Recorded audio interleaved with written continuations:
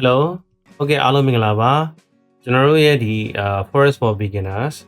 free training course ရဲ့ episode 2ကနေပြန်လည်ကြိုဆိုပါရစေဆိုတော့ဒီ episode မှာတော့ကျွန်တော်တို့ဒီ Forex terms တွေအကြောင်းကိုကျွန်တော်ပြောတော့မှာပေါ့နော်အဲ့တော့ Forex မှာကျွန်တော်တို့ဘာစကားလုံးတွေသုံးလေးရှိတယ်လဲအဲ့စကားလုံးတွေကဘာအဓိပ္ပာယ်ရှိတယ်လဲဒါတွေကိုကျွန်တော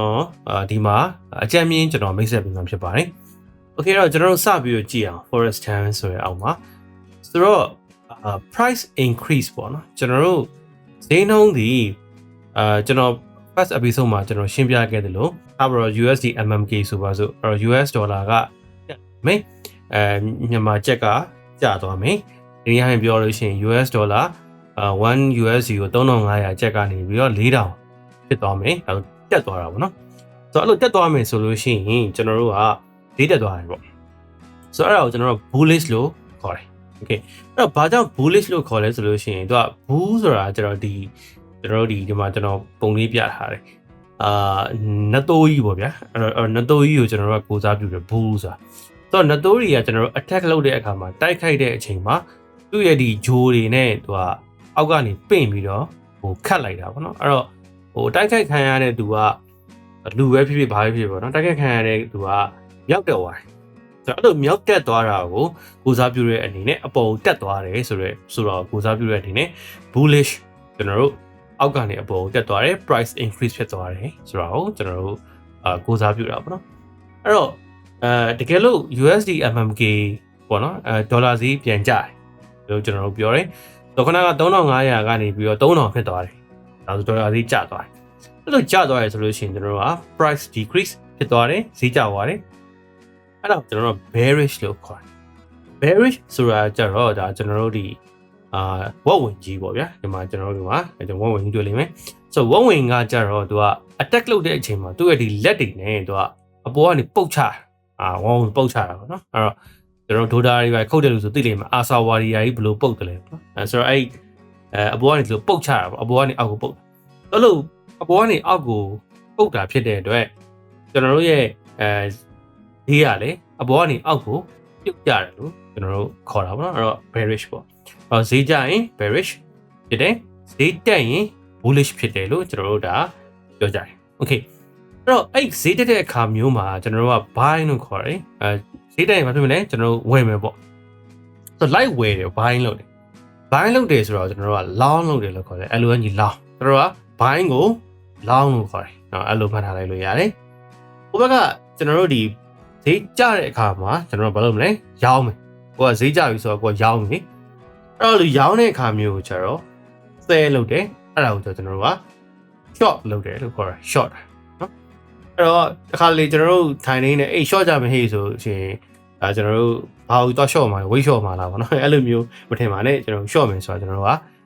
ရောင်းမယ်လို့ဆိုလိုတာနော်အဲ့လိုပဲဟေးလောင်းကြမယ်ဆိုတာလောင်းကြမယ်ဆိုတာဒီကောင်လောင်းကစားလုပ်ဖို့ပြောနေရလားအဲ့လိုမဟုတ်ပါဘူးလောင်းနေဆိုတာဝယ်မယ်လို့ကျွန်တော်တို့ကပြောချင်တာနော်ဆိုတော့လောင်းတာ short okay အဲ့တော့ဒါလေးကိုကျွန်တော်မှတ်ထားဖို့လိုမယ် okay နောက်တစ်ခုသိတဲ့အကြောင်းအရာတစ်ခုပေါ့နော်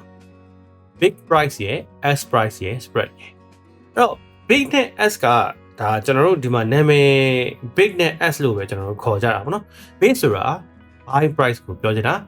x ဆိုတာ sell price ကိုပြောချင်တာအဲ့တော့ဒါကမိတ်ဆွေတို့တွေမစိမ့်ဘူးဗျမစိမ့်ဘူးဆိုတာမိတ်ဆွေတို့ဥမာဘန်ကိုသွားလိုက်တယ်ဆိုပါစို့ဘန်ဝဲတစ်ခုခုမှာမိတ်ဆွေတို့ငွေသွင်းငွေထုတ်လုပ်ဖို့ပဲဖြစ်ဖြစ်အကြောင်းတစ်ခုခုကြောင့်ကျွန်တော်တို့ဘန်ကိုသွားတယ်ဘန်ကိုသွားတဲ့အခါမှာမိတ်ဆွေတွေ့လိမ့်မယ် we buy we sell ဈေးနှစ်ခုကတ်ထားတယ်ရောင်းဈေးနဲ့ဝယ်ဈေးဥမာမိတ်ဆွေဒေါ်လာကိုရောင်းမယ်ဆိုလို့ရှိရင်မိတ်ဆွေရောင်းတဲ့ဈေးကတစ်ဈေးမိတ်ဆွေပြန်ဝယ်ရမယ့်ဈေးကတစ်ဈေးအမြဲတမ်းအပြင်မိတ်ဆွေပြန်ရောင်းတဲ့မိတ်ဆွေကနေပြီးတော့ဘန်ကိုပြန်ရောင်းမယ်ဆိုရင်မိတ်ဆွေပြန်ရောင်းတဲ့ဈေးကနည်းလေးရှိတယ်ဘန်ဘက်ကနေမိတ်ဆွေကိုပြန်ရောင်းတာမိတ်ဆွေကဒေါ်လာလိုလို့ဘန်ကနေပြန်ဝယ်ရမယ်ဆိုရင်အဲ့ဈေးဒီပိုများလေးရှိတယ်အမြဲတမ်းဟုတ်ပြီနော်အဲ့တော့သူတို့ကဘာလို့ယူထားရတယ်ဆိုလို့ရှိရင်ဂျားတွေကအဟကိုစားထားတာပေါ့ဗျာအဲ့တော့ဆိုပါစို့မိတ်ဆွေသွားရောင်းတဲ့အခါမှာသူစာဟိုမှာကတ်ထားတာတွေ့လိမ့်မယ်ကျွန်တော်တို့ဒီ LED ဘုတ်တို့ TV တို့ဘာလို့မှပြနေပါဗျာရောင်းစေဒေါ်လာစေရောင်းစေ3500သူတို့ရောင်းရင်3500ဝယ်စေပေါ့နော်သူတို့ပြန်ဝယ်မယ်ဆိုလို့ရှိရင်3450 okay အဲ့တော့ရှင်းလေးပဲကိုကသူတို့ကိုဒေါ်လာရောင်းနေတယ်ဆိုလို့ရှိရင်3450နဲ့ရောင်းရမယ်သူတို့ဘက်ကကိုကိုပြန်ရောင်းရင်3500နဲ့ရောင်းတယ်အဲ့တော့ဂျားတွေကအဟက 50ရှိတယ်တော်လာ50ရှိတယ်ဒီစီဒေါ်လာ100ရောင်းရင်50နဲ့ဒေါ်လာ100နဲ့မြောက်ရမယ်9000ပေးရလိမ့်မယ်9000ကိုဘက်ကဟိုအရှုံးခံရပြီဆိုလို့တော့အဲ့ဒါကိုကြာတော့ဒီမှာကျွန်တော်ရေးထားတယ် spread လို့ခေါ်တာသူတို့ကြားတဲ့အဟနော်အဲ့တော့ဒီ spread လေးရှိနေမှပဲသူတို့ကစားရတာပေါ့ဗျာအဲ့တော့သူတို့ကလည်းရောင်းစင်းနဲ့ဝယ်စည်းကိုခွာထားလေးရှိအဲ့တော့ပြောလို့ရှိရင်တော့ spread ကပုံမှန်အားဖြင့်ပေါ့နော်သူတို့ရဲ့ဒီရောင်းတဲ့သူပေါ်မှာမူတည်တယ်နော်တချို့သူတွေက spread ကိုအရင်ဟာထားမယ်ဒါဆိုရင်ဈေးကြီးတယ်ပေါ့နော်တချို့လူတွေကြတော့ spread ကိုနည်းနည်းလေးနည်းအောင်လုပ်ထားတယ်အဲ့လိုမျိုးပေါ့နော်ဆိုတော့ဒါက bid price ရယ် ask price ရယ် spread ဒါလေးတော့ပဲဆိုပြီးသိထားတယ်ねအဲ့တော့ forex တွေပါပဲဆိုတော့ trade လုပ်တဲ့အချိန်ကြာလို့ရှိရင် spread ကအရေးကြီးလာတယ်ဥပမာကိုက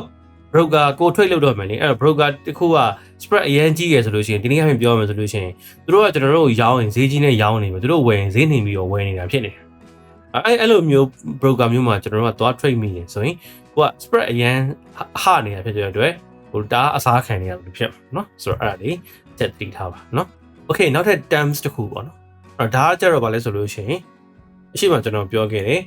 currency pair ပေါ့နော်အဲ့ဒီလို USD MMK ဆိုပြီးတော့ currency ကိုဘယ်တော့မှသူကတခုတည်းခေါ်လို့မရှိဘူးဒေါ်လာဈေးဘယ်လောက်လဲလို့ကျွန်တော်တို့အရက်ထဲမှာအလွယ်တကူပြောတယ်ဒေါ်လာဈေးဘယ်လောက်လဲဆိုဒါ auto ကိုကပြောလိုက်တဲ့အချိန်မှာဟိုဘက်ကပြောခံရတဲ့လူကတန်းသိတာ okay ဒေါ်လာဈေးဘယ်လောက်လဲဆိုတာဒေါ်လာနဲ့မြန်မာကျပ်ငွေကြားကလဲလှယ်မှုနှုန်းဘယ်လောက်လဲလို့မေးချင်တာ okay အဲ့ကျွန်တော်တို့ဂျပန်ကိုသွားပြီးတော့ဂျပန်ကလူနဲ့စကားပြောနေဂျပန်ကလူကိုသွားပြီးတော့ဒီနေ့ဒေါ်လာဈေးဘယ်လောက်လဲလို့မေးလိုက်တယ်ဆိုလို့ရှိရင်အဲ့ဒါကြတော့သူကဂျပန်ယန်နဲ့ဒေါ်လာနဲ့ကြားတဲ့ကလဲလှယ်မှုနှုန်းကိုပြောတယ်ဆိုတာကိုသူတို့ auto သဘောပေါက်လိမ့်သူတို့သဘောကကျွန်တော်တို့ currency တွေကအကုန်လုံးပဲနေလာနော်အဲ့တော့ဘယ်တော့မှဒေါ်လာဈေးဘယ်လောက်လဲဆိုတဲ့နေရာမှာနောက်ကကျွန်တော်တို့သူ့ဒေါ်လာဈေးကိုဘာနဲ့တွက်မှာလဲဆိုတော့ကျွန်တော်တို့တခြား currency တခုမပါဘဲနဲ့ကျွန်တော်တို့ပြောလို့မရဘူးနော်ရှင်းလေးပဲလေဒေါ်လာဈေးဘယ်လောက်လဲဆိုလို့ရှိရင်ကျွန်တော်ကဘလို့ပြန်ဖြေမှာလဲဥမာမြန်မာကျပ်နဲ့တွက်ရင်ဒေါ်လာဈေးဘယ်လောက်လဲဆိုရင်အဖြေကတစ်မျိုးဖြစ်လိမ့်မယ်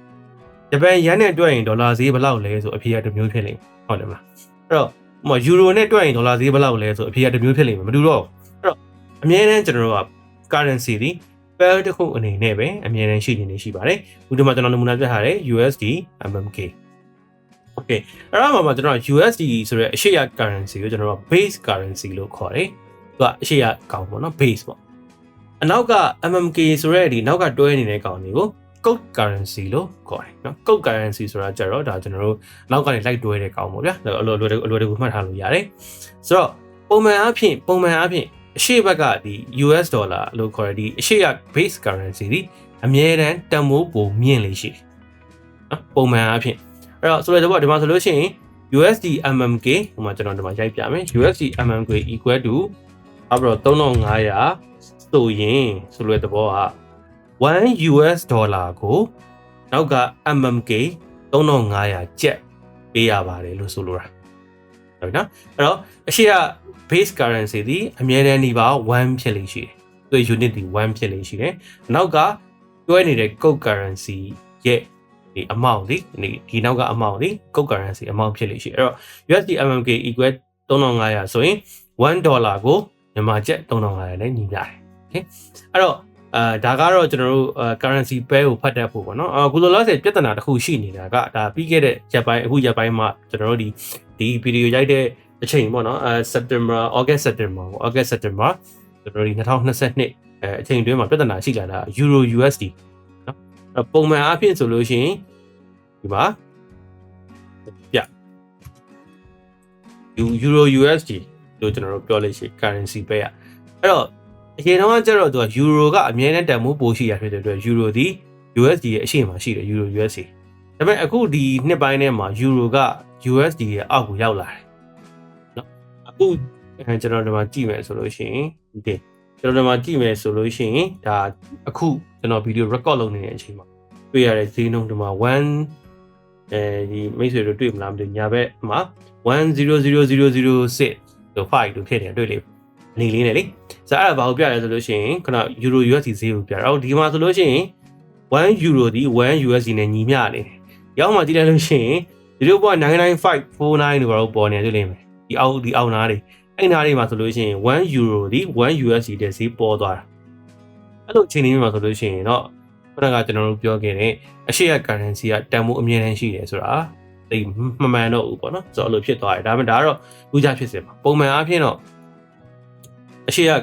base currency ကတန်ဖိုးပို့ပြီးတော့ကြီးလေးရှိတယ်နော် okay အဲ့တော့ကျွန်တော်တို့က bid price as price လေးကျွန်တော်တို့သိသွားပြီ base currency code currency အကြောင်းလည်းသိသွားပြီ spread အကြောင်းလည်းသိသွားပြီဆိုတော့ဒီမှာကျွန်တော်တို့နောက်တစ်ခုထပ်ဖြည့်ရမှာက pip ဆိုတဲ့အကြောင်းနော် pip ကကျတော့ဘာလဲဆိုလို့ရှိရင်ကျွန်တော်တို့ဒီပြောလို့ရှိရင် pip ကိုဘယ်နေရာမှာသုံးလဲဆိုတော့ကျွန်တော်တို့ရဲ့ currency pair တွေမှာဘယ်လောက်အထိတက်သွားသလဲဘယ်လောက်အထိကျသွားသလဲဆိုတာကို pip လို့ခေါ်တဲ့ unit နဲ့သုံးတယ်ဆိုလိုတဲ့သဘောကဗျာအခုဒီမှာ euro USD pair မှာပေါ့နော်ကျွန်တော်တို့1 euro dollar 1 euro ကို1 USD နဲ့ညီမျှနေတဲ့အချိန်ကနေပြီးတော့1 euro ကိုဥမာ900ပေါ့နော်အဲ့ဒီအထိကိုဆင်းသွားတယ်ဆိုတာဒါဆိုရင်ကျွန်တော်တို့က pip ဘယ်လောက်ဆင်းသွားတယ်လဲpip 50ဆင်းသွားတယ်ဟုတ်ပြီအဲ့အောင် US dollar ဒီနေ့အချိန်တွေဘယ်လိုလဲကျသွားလားတက်သွားသလားဆိုတာကိုမေးမယ်ပြောမယ်ဆိုလို့ရှိရင်ပြောတဲ့နိုင်ငံပြောတဲ့ currency ပေါ်မှာမူတည်ပြီးတော့ကျွန်တော်တို့အမျိုးမျိုးပြောင်းလဲနိုင်တယ်လေဆိုတော့အဲ့လိုမျိုးဖြစ်ရအောင်ကျွန်တော်တို့ centralize ကျွန်တော်တို့ဒီ unit တစ်ခုအနေနဲ့ pip ဆိုတာကိုသတ်မှတ်ထားတယ်ဘယ်နှ point လဲပေါ့ဒီ pip ကိုကျွန်တော်တို့ကpoint နေလို့ခေါင်းထဲမှာမှတ်ထားလို့ရတယ်အဲ့တော့ဟုတ်ပြီဒီနေ့တော့ point 100ကျသွားတယ်ဒီနေ့တော့ pip 100ကျသွားတယ်ဒီနေ့တော့ pip 100တက်သွားတယ်အဲ့လိုမျိုးပြောကြတာပေါ့နော်ဆိုတော့ကျွန်တော်တို့တော်တော်များများကလည်းဒီ trade တဲ့အခါမှာဘယ်နှ pip လောက်ဒီနေ့ငါအမြတ်ရတယ်ဆိုတာမျိုးနဲ့တိုင်းတာလေးရှိကြတယ်ပေါ့နော်ဆိုတော့ဒါကတော့နောက်ပိုင်းကြားလို့ရှိရင်မိတ်ဆွေတို့ဆက်ပြီးတော့လေ့လာရင်းနဲ့သဘောပေါက်နားလည်လာပါလိမ့်မယ်အခုအချိန်နေမှာတော့ကျွန်တော်တို့က currency pair တစ်ခုရဲ့အတက်အကျကိုကျွန်တော်တိုင်းတာတဲ့ unit တစ်ခုအနေနဲ့ပဲ pip ကိုမှတ်ထားလိုက်ပါနော် okay နောက်ဆုံးတစ်ခု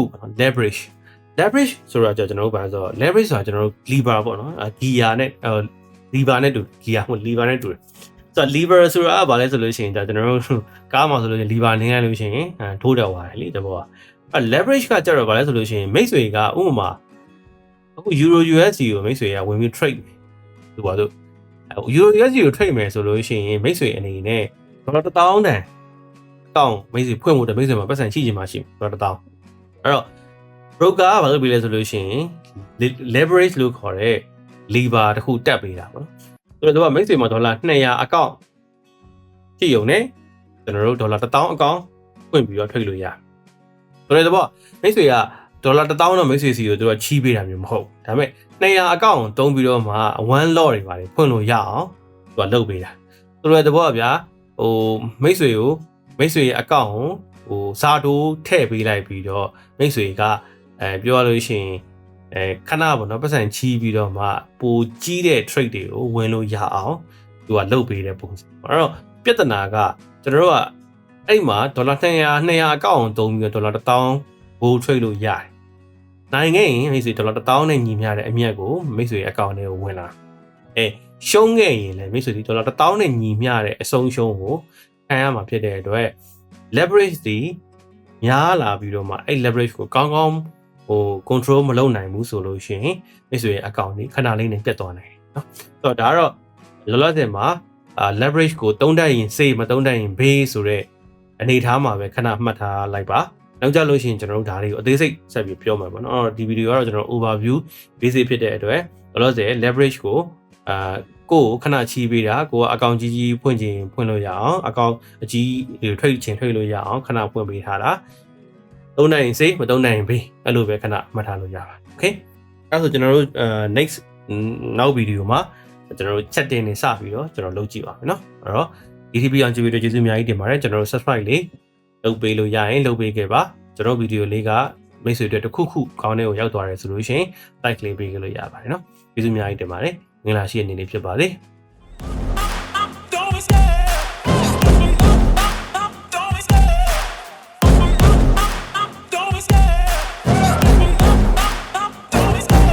Love the chase and the hunt and I set the pace when I'm running I always take what I want and I always give it 100 Don't need a bank, no I'm funded Play the game